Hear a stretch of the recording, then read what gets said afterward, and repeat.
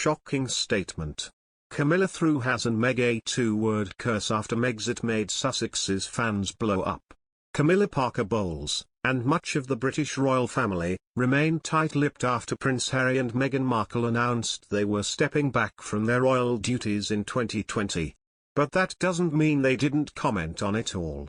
Queen Elizabeth II responded with a statement. And, on another occasion, the Duchess of Cornwall said a few words. Despite her extremely short reply, Camilla's response totaled 2 words. The 74-year-old conveyed a lot. Royal engagements didn't come to a screeching halt after Meghan and Harry's bombshell announcement. For that reason, Camilla was visiting England's Prospect Hospice in January 2020, not even 2 weeks after they went public with the news. So that's how she found herself fielding a question about the Duke and Duchess of Sussex's exit.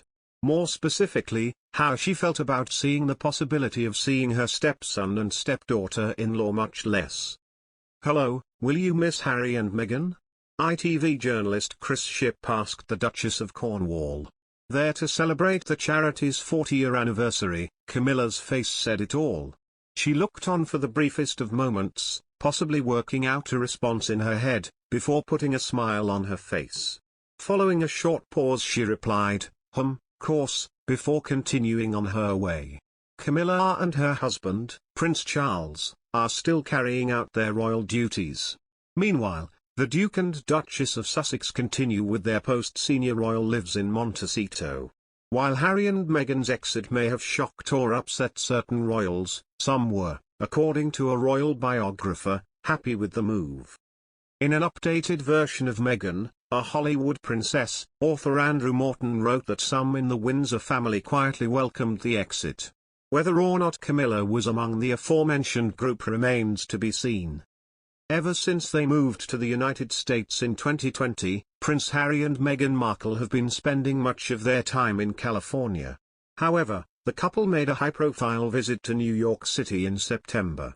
It seemed to be a charity-minded trip, but according to a royal expert, there was more to it than people think. Harry and Meghan traveled to NYC mainly to attend Global Citizen Live, an event to promote vaccine equity.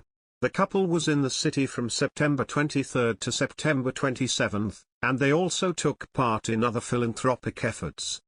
For example, the Sussexes also stopped by One World Trade Center and met with Mayor Bill de Blasio and Governor Kathy Hochul. Harry and Meghan also visited an underprivileged school in Harlem, where Meghan read her book, The Bench, to students. Then, they went to the United Nations and had a meeting with Deputy Secretary General Amina Mohammed.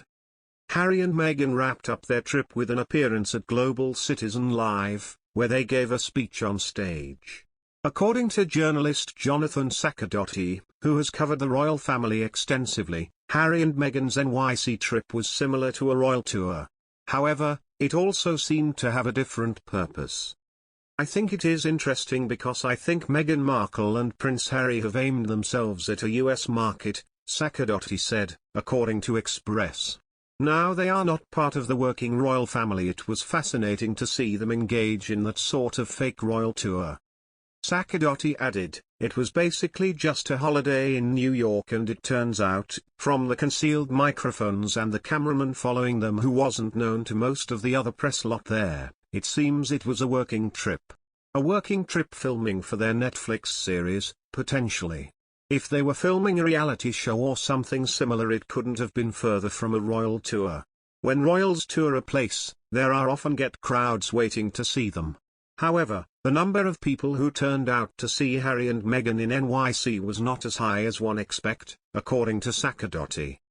There is interest in them naturally, they are celebrities and they get an enormous amount of coverage and they rely on that, the expert said.